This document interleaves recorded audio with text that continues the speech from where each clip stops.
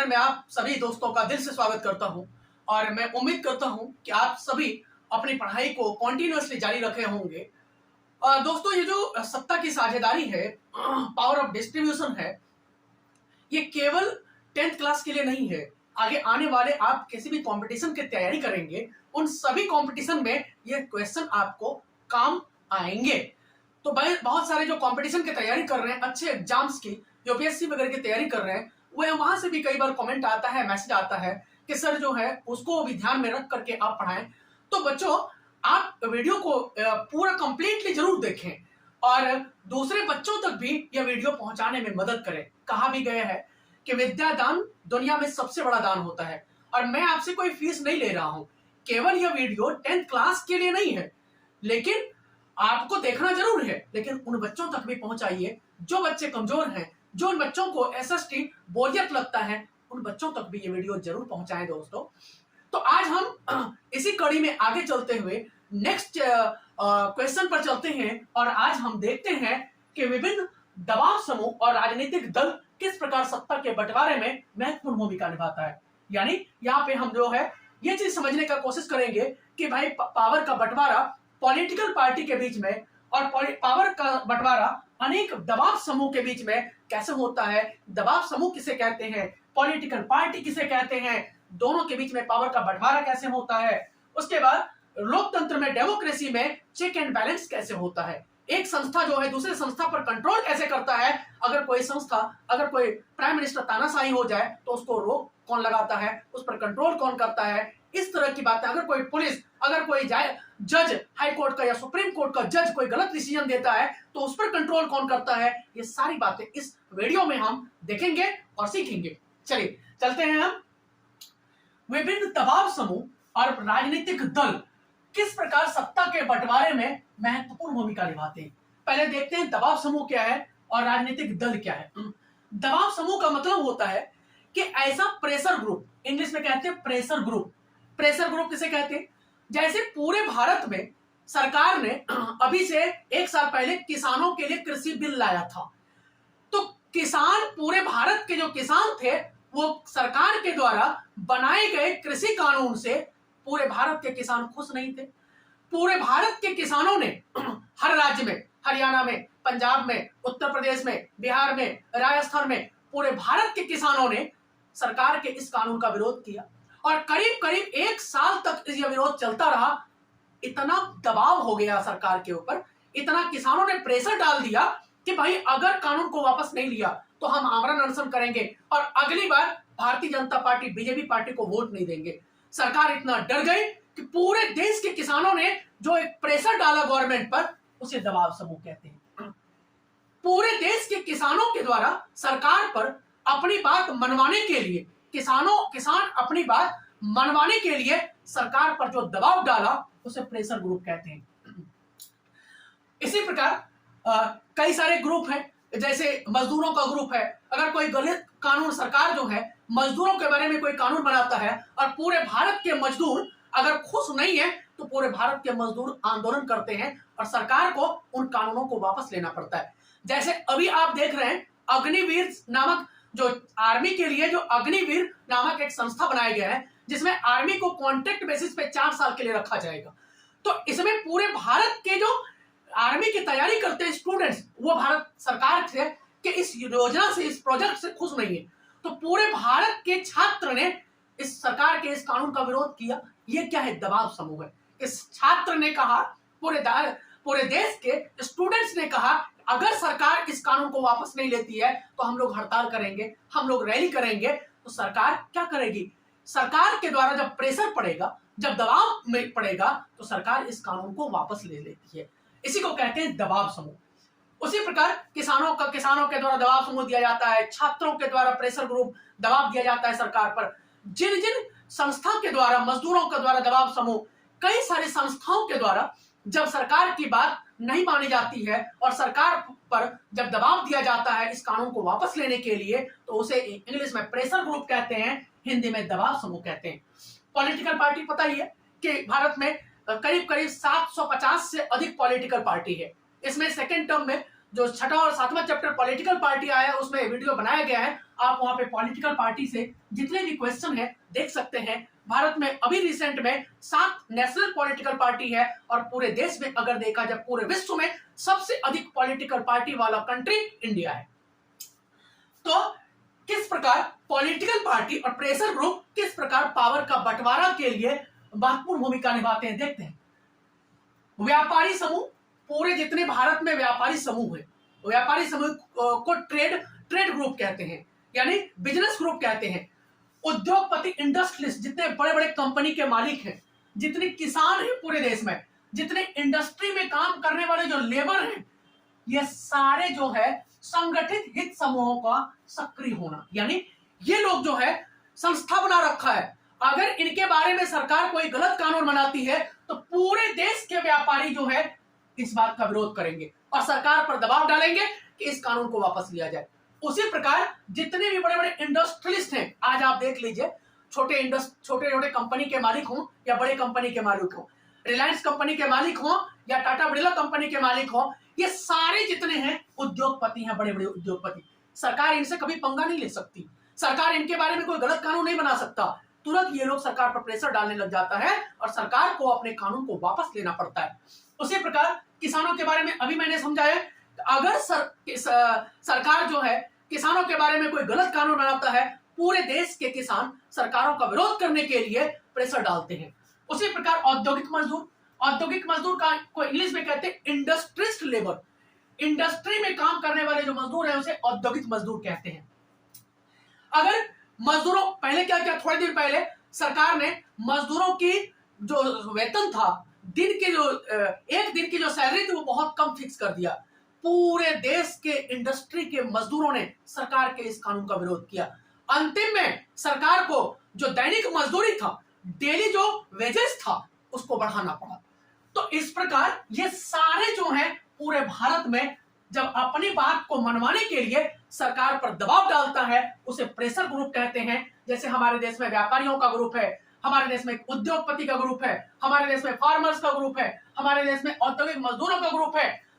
इन सब ग्रुप जो है सरकार पर अपनी बात मनवाने के लिए जब प्रेशर डालता है तो उसे दबाव समूह कहते हैं। उसके बाद हित समूह एवं दबाव समूह का सरकार के विभिन्न समितियों में सीधी भागीदारी होना क्या है। किसानों के कई सारे नेता सरकार में मंत्री भी हैं, मजदूरों के कई सारे नेता सरकार में मंत्री भी हैं, इंडस्ट्रियलिस्ट का कई सारे लोग जो है सरकार में मिनिस्टर हैं, सरकार में चुनाव जीते हुए हैं, और व्यापारी का तो कई सारे हैं ही। तो ये सारे लोग जो है क्या करते हैं, सरकार पर अपनी समितियों के माध्यम से, अपने ग्रुप के माध्यम से सरकार में प्रेशर डाल करके भागीदारी निभाता है।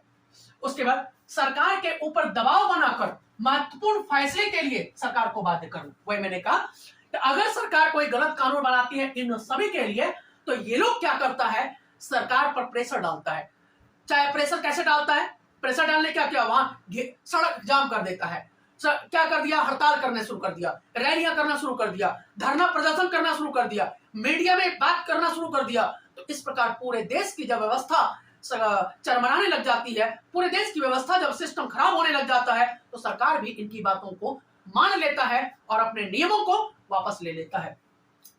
अपने अपने वर्ग के हितों को बढ़ावा देना, यानी जो व्यापारी वर्ग है, व्यापारी अपने पूरे देश के व्यापार के लिए नियम कानून बनवाता है। बड़े बड़े उद्योगपति, आज देख रहे हो कहा गया है पूरे देश जो है वो इंडस्ट्रियलिस्ट ही चलाता है, उद्योगपति अपने हिसाब से चलाते हैं, जो किसान है वो भी और जो औद्योगिक मजदूर है वो भी, यानी सारे अपने अपने हित को, जिसमें इनका हित है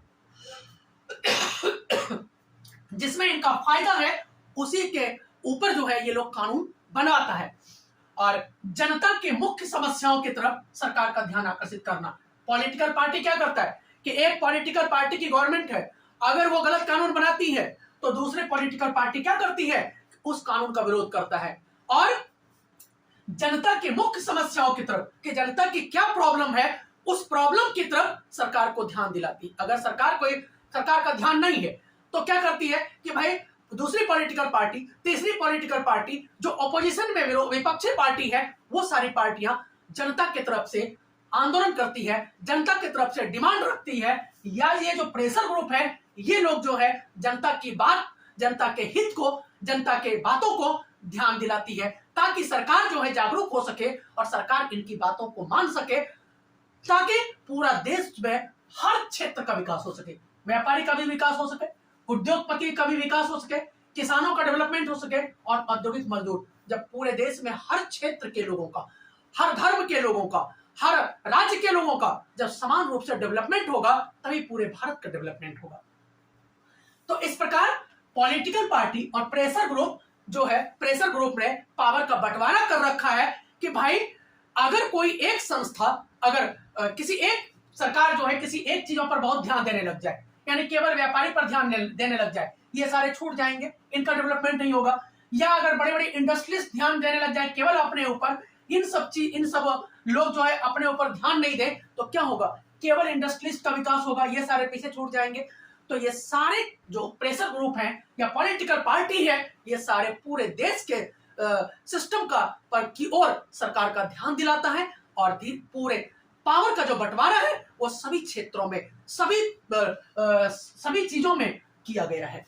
तो इस प्रकार हमने देखा कि दबाव समूह क्या होता है और पॉलिटिकल पार्टी, ये लोग जो है पावर का बंटवारा करने में, सत्ता का बंटवारा करने में किस प्रकार हेल्प करती है।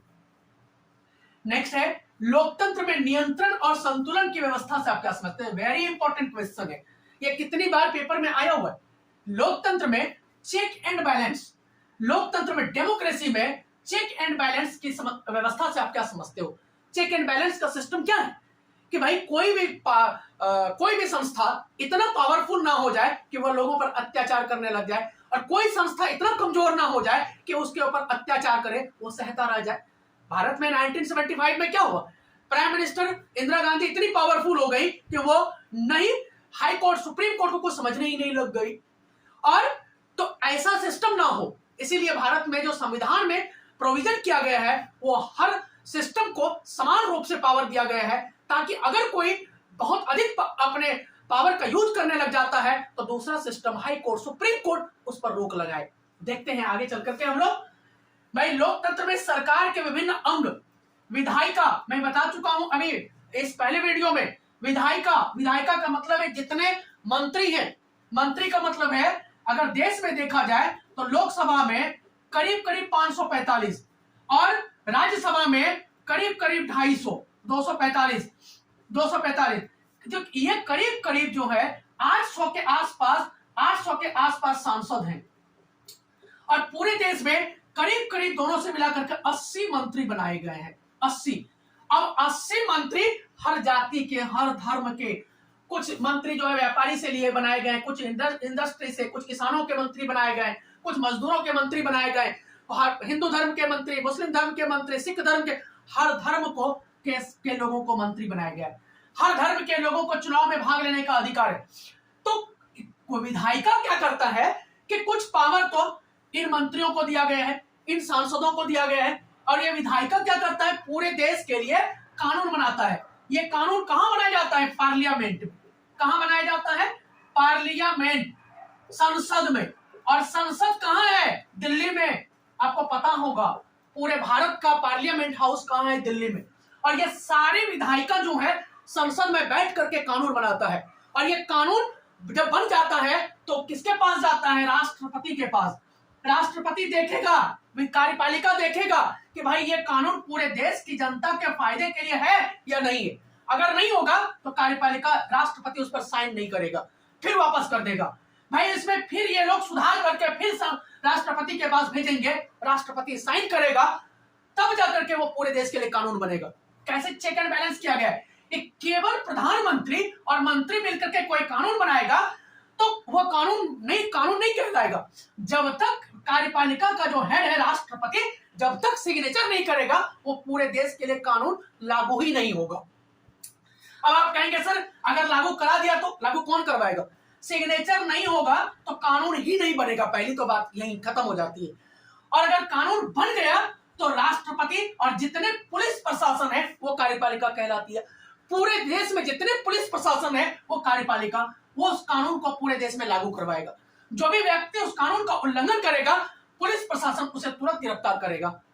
और अगर ये दोनों, कोई मंत्री गलत कानून बना देता है, कोई मंत्री इन दोनों के बनाए गए कानून को लागू मानता नहीं है, तो ये जो न्यायपालिका का मतलब है डिस्ट्रिक्ट कोर्ट, हाई कोर्ट और सुप्रीम कोर्ट। डिस्ट्रिक्ट कोर्ट हर जिले में कोर्ट, हाई कोर्ट हर राज्य का सबसे बड़ा कोर्ट और सुप्रीम कोर्ट पूरे भारत का सबसे बड़ा। सुप्रीम कोर्ट जो दिल्ली में स्थित है वो पूरे भारत के जितने कोर्ट हैं उस पर कंट्रोल करता है। अगर किसी डिस्ट्रिक्ट कोर्ट ने कोई गलत डिसीजन दे दिया तो हम हाई कोर्ट में आते हैं, हाई कोर्ट ने भी कोई गलत डिसीजन दे दिया तो हम सुप्रीम कोर्ट आते हैं, और सुप्रीम कोर्ट कभी गलत डिसीजन नहीं देता है। क्यों? क्योंकि वहां बड़े बड़े जो पूरे देश के सबसे चुनिंदा, सबसे टैलेंटेड व्यक्ति को जज और ये हेड बनाया जाता है, तो ये कभी गलत डिसीजन नहीं दे सकता। तो इस प्रकार न्यायपालिका का मतलब है जितने जज हैं, जितने कोर्ट हैं, चाहे हर जिले में डिस्ट्रिक्ट कोर्ट हो, हाई कोर्ट हो, सुप्रीम कोर्ट हो, तो ये सारा जो है न्यायपालिका, किसी को कहते हैं न्यायपालिका। अगर कोई मंत्री अगर कोई गलत तरीके से कार्य करता है, अगर कोई पुलिस अगर गलत तरीके से कोई काम करता है, तो न्यायपालिका उस पर कंट्रोल करता है। यानी जज जो है, यानी हाई कोर्ट, सुप्रीम कोर्ट उस पर कंट्रोल करता है, उसकी देखभाल करता है और उसको सजा देता है। जैसे मैं एग्जांपल के तौर पे बता चुका हूं कि कोई मंत्री जो है गलत तरीके से पैसे लेता है किसी से, तब अपने क्षेत्र में काम करवाता है, तो सुप्रीम कार्यपालिका पुलिस क्या करती है, उस मंत्री को गिरफ्तार करता है और न्यायपालिका जो जज है उसको सजा देता है। अगर कोई कार्यपालिका, कोई पुलिस किसी लोगों पर जबरन कोई अत्याचार करता है, जबरन पुलिस जेल में डाल देता है, तो जज जो है उसको सजा देता है पुलिस वाले को। अगर गलती से कोई न्यायपालिका भ्रष्ट हो जाए, कोई जज भ्रष्ट हो जाए, तो उसको कंट्रोल कौन करेगा? आपके मन में क्वेश्चन उठना चाहिए। तो एक बार ऐसे ही हुआ, एक दो बार ऐसा हुआ है। कलकत्ता हाईकोर्ट के जो जज थे, एक बार 2011 में सौमित्र सेन, उन्होंने पैसे लेकर के गलत डिसीजन दिया था। तो इनको हटाने के लिए पूरे भारत में सांसदों ने एक विधेयक लाया और उनको हटाने के लिए एक प्रस्ताव लाया। यानी तीनों को अपने क्षेत्र में रहकर ही काम करना है, कोई एक दूसरे का काम नहीं कर सकता। विधायक कानून बनाने का काम केवल यही करेंगे, कानून बनाने का काम राष्ट्रपति नहीं कर सकता, राष्ट्रपति पुलिस का काम जज नहीं कर सकता, जज का काम पुलिस नहीं कर सकता और पुलिस का काम मंत्री नहीं कर सकता। यानी जिसको जो काम दिया गया है वही काम करेगा और दूसरे के क्षेत्र में जाकर के काम नहीं करेगा। तो आपको, मुझे लगता है समझ में अच्छे से आ गया होगा, और अब अगर समझ में आ गया हो तो एक बार अंगूठे का निशान लगा करके मेरा मनोबल जरूर बढ़ाएंगे। आगे देखते हैं हम लोग। वही कहता है सरकार के विभिन्न अंग यानी हर अंग, विधायिका, कार्यपालिका, न्यायपालिका, सरकार के विभिन्न अंग एक ही स्तर पर रह करके, एक ही लेवल पर रह करके अपनी शक्ति का उपयोग करता है, अपने पावर का उपयोग करता है। यानी विधायिका का जो पावर दिया गया है कानून बनाने का काम, वो करेगा, कार्यपालिका का जो काम है वो करेगा, और न्यायपालिका यानी district court, high court, supreme court जो जज है उनका जो काम है वो करेंगे। कोई भी एक संस्था ये इनके मामले में इंटरफेयर नहीं करेगा, ये इनके मामले में इंटरफेयर नहीं करेगा। इसी तरह से लोकतंत्र में पूरे पावर का डिस्ट्रीब्यूशन किया गया है कि भाई मंत्री का क्या काम है, प्रधानमंत्री का क्या काम है, राष्ट्रपति का क्या काम है, पुलिस का क्या काम है, जज का क्या काम है, सबको अलग अलग काम को बंटवारा कर दिया गया है। और यह बंटवारा कहां किया गया है? कॉन्स्टिट्यूशन में।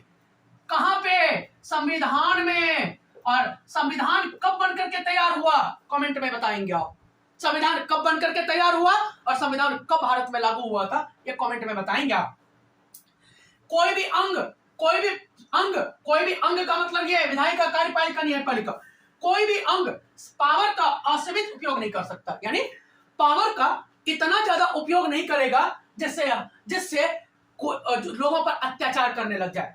हर जो अंग है वो एक दूसरे पर अंकुश लगाने का कंट्रोल रखता है। जैसे मंत्री विधायिका के प्रति उत्तरदायी होता है, यानी कहने का मतलब है ये विधायिका जो है कार्यपालिका को कंट्रोल करता है, कार्यपालिका इसको कंट्रोल करता है, ये न्यायपालिका हाई कोर्ट, सुप्रीम कोर्ट को विधायिका कंट्रोल करता है, कार्यपालिका को न्यायपालिका यानी हाई कोर्ट, सुप्रीम कोर्ट इसको कंट्रोल करता है। हर अंग जो है एक दूसरे पर चेक एंड बैलेंस रखता है, ताकि कोई भी एक इंस्टीट्यूशन, संस्था इतना पावरफुल ना हो जाए कि वो अत्याचार करने लग जाए, और कोई भी एक संस्था इतना कमजोर ना हो जाए कि वो सहने के लिए मजबूर हो जाए।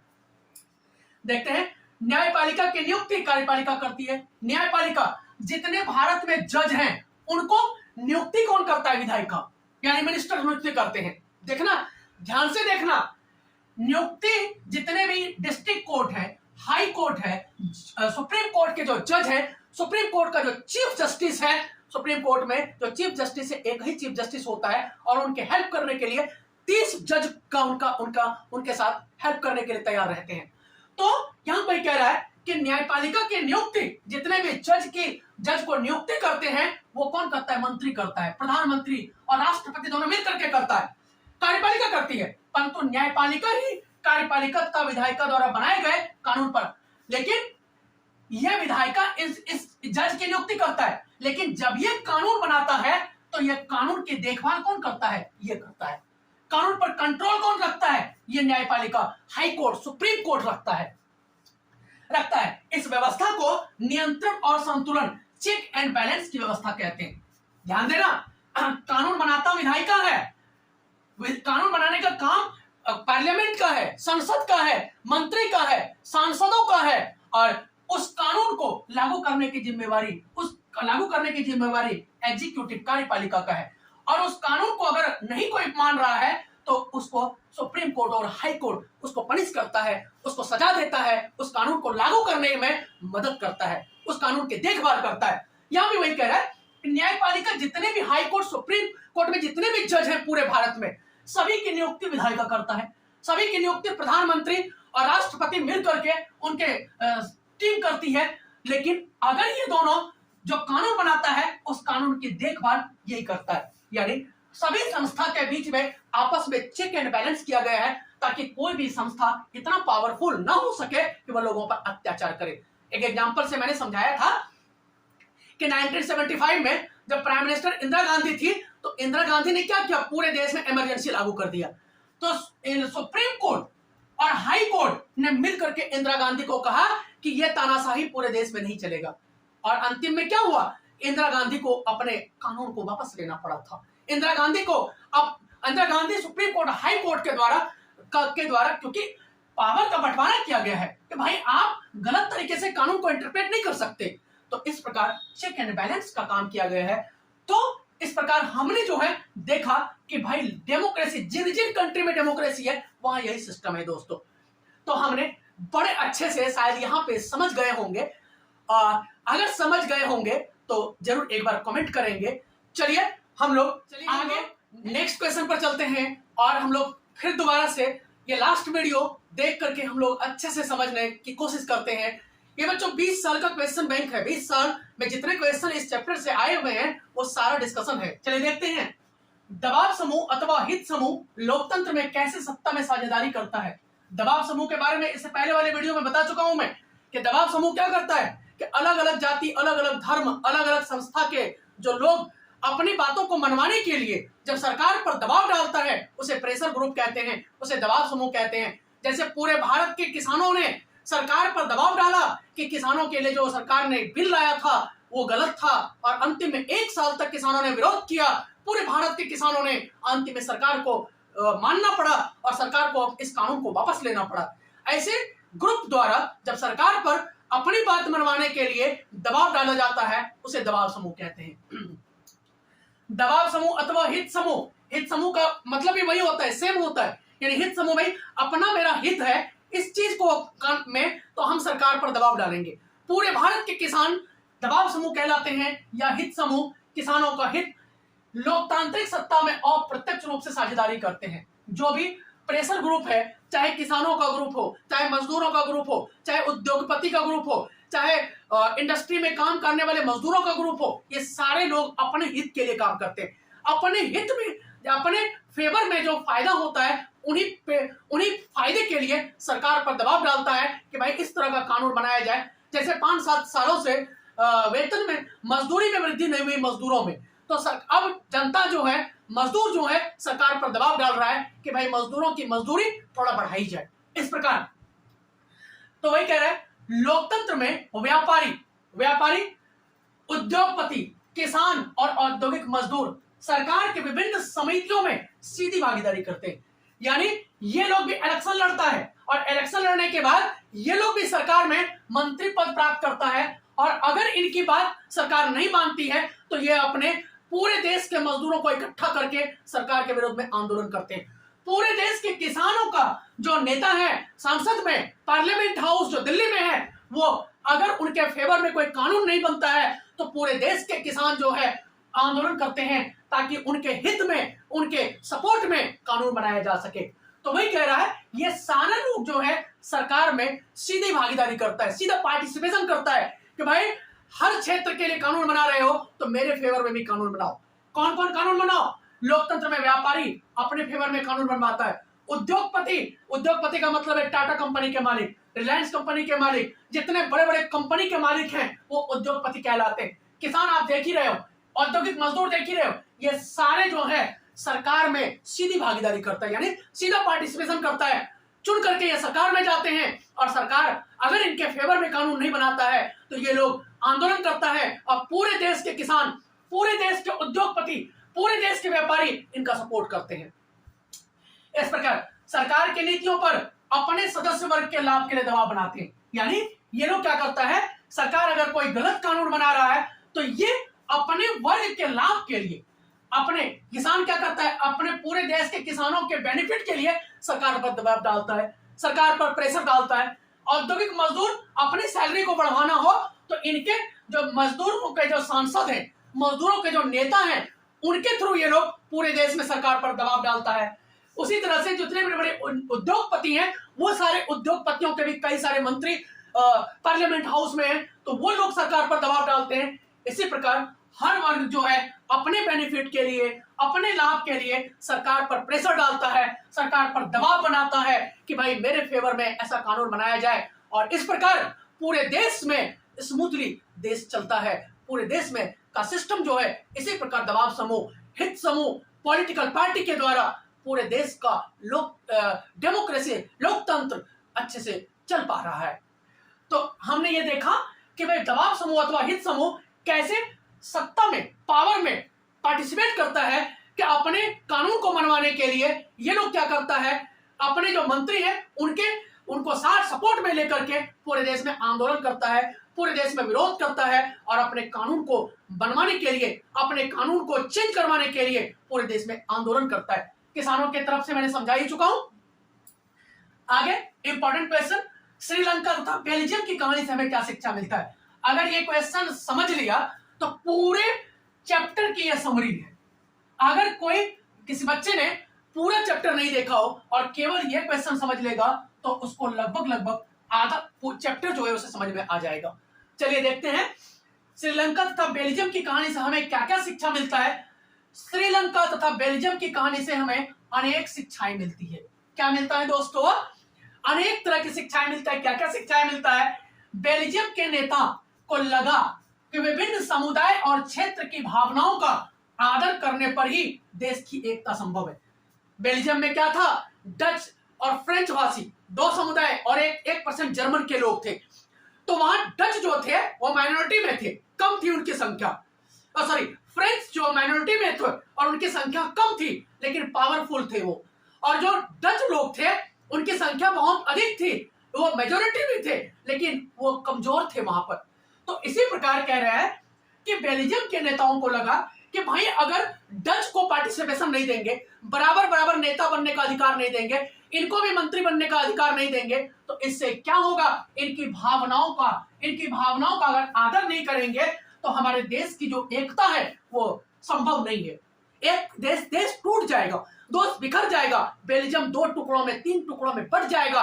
तो इससे क्या होगा, पूरा देश खंड खंड में, अलग अलग पार्ट में टूट जाएगा और पूरे देश के लोग हंसेंगे।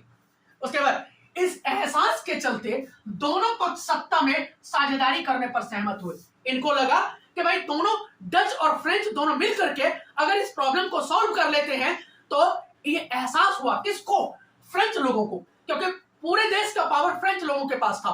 फ्रेंच लोगों को यह फीलिंग हुआ, यह एहसास हुआ कि भाई पावर का बंटवारा कर लिया जाए और सहमत हो गई ये तथा देश में गृहयुद्ध की आशंकाओं पर विराम लगा। यानी देश में जो गृहयुद्ध होने वाला था, डच और फ्रेंच आपस में लड़ने मरने को तैयार थे, एक दूसरे का घर जलाने को तैयार थे, उस पर विराम लग गया, उस पर कंट्रोल लग गया और देश का विभाजन, जो देश का बंटवारा होने को कि कंडीशन में आ गया था कि डच लोग चाहते थे कि भाई हमारा देश अलग हो जाए, केवल डच उसमें लोग रहें। फ्रेंच लोग चाहते थे भाई हमारा देश अलग हो जाए, बेल्जियम 2 टुकड़ों में बढ़ जाए, बेल्जियम 2 पार्ट में बढ़ जाए। तो इससे क्या हो गया, जब फ्रेंच लोग इस बात पर मान गए तो देश बांटने से बच गया और देश विभाजन होने से बच गया।